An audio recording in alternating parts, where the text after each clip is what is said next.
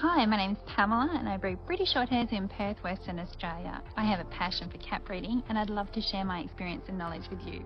This channel is designed for new breeders, but if you've been breeding for a while, stick around as you may pick up a tip or two. Now,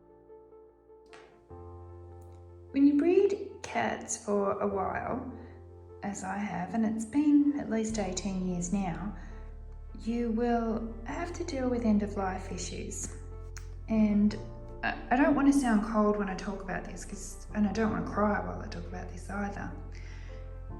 But if you keep your original cats, if you keep some of your breeding cats along the way, if you keep cats that have problems along the way, eventually you will have to deal with the end of their time.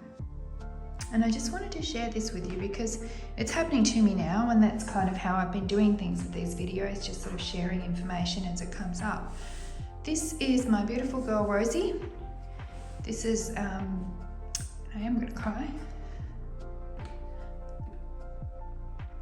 Rosie is about 18 years old. She was the third cat that I ever had for breeding. She's a lilac British Shorthair. And she is she's the backbone of my breeding, really. She's behind everything she's the longest Cuddleton lines I have, she's behind them. And she has renal failure, so that is a really common thing to happen with cats, that they will get to the end of their life and they will go into renal failure.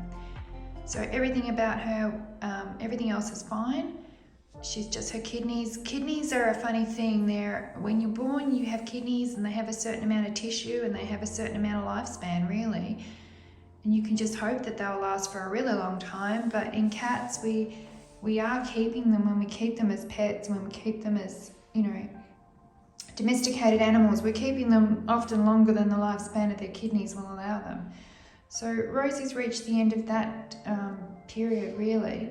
She's on a special renal diet and she's just finished eating her breakfast. She's had a little tablet in there that she takes. She takes a special tablet every day. And at the moment, because it's really clear that it's the end of her time, she's on a small dose of gabapentin morning and night just to keep her comfortable, to keep her out of pain, to keep her snoozy. And you can hear, I'm not sure if you can hear it, she's actually purring there in the background.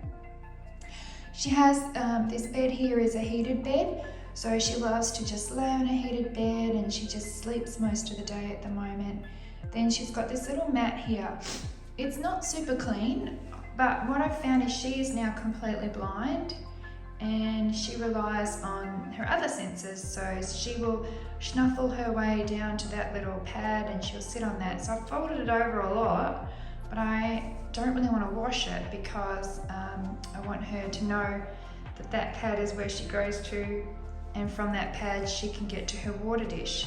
She's fine, she's eating and drinking really well, she uses her tray, she goes to the toilet.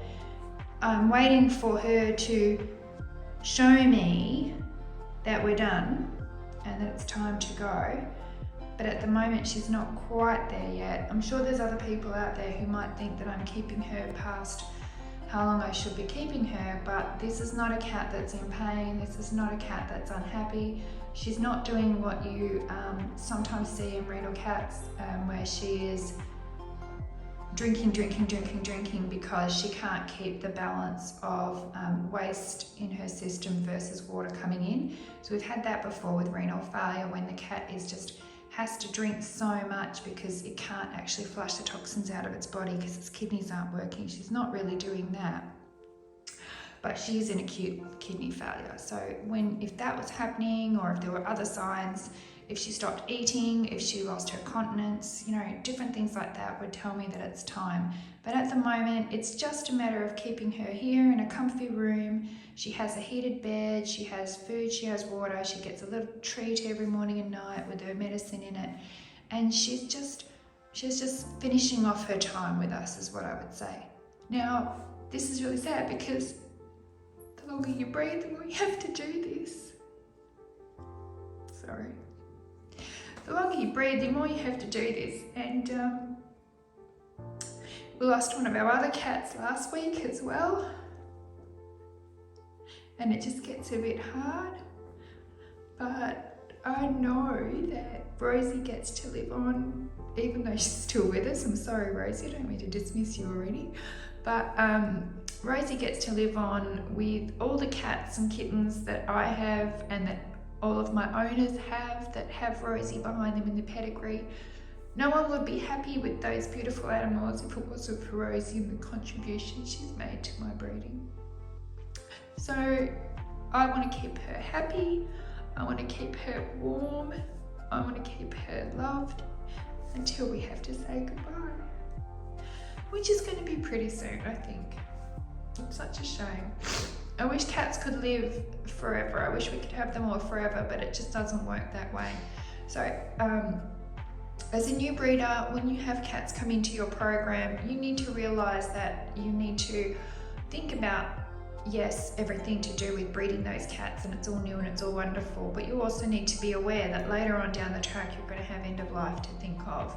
And if you have, you know, a lot of cats and you keep a lot of your first cats, which is something that I did, I've known for a very long time that they are all going to go quite close together, and the last year or two has been that time. So I've had to say goodbye for the last couple of years. I've had to say goodbye to a lot of my cats that I've had their whole lives, and that's been really sad.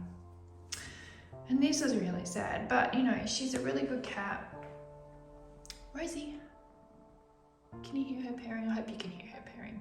And she's just sitting on her little mat there. She loves that little mat. She'll just sit there for a bit, then she'll make her way back up to her blankie, her heated bed, and she'll just snooze the rest of the day there.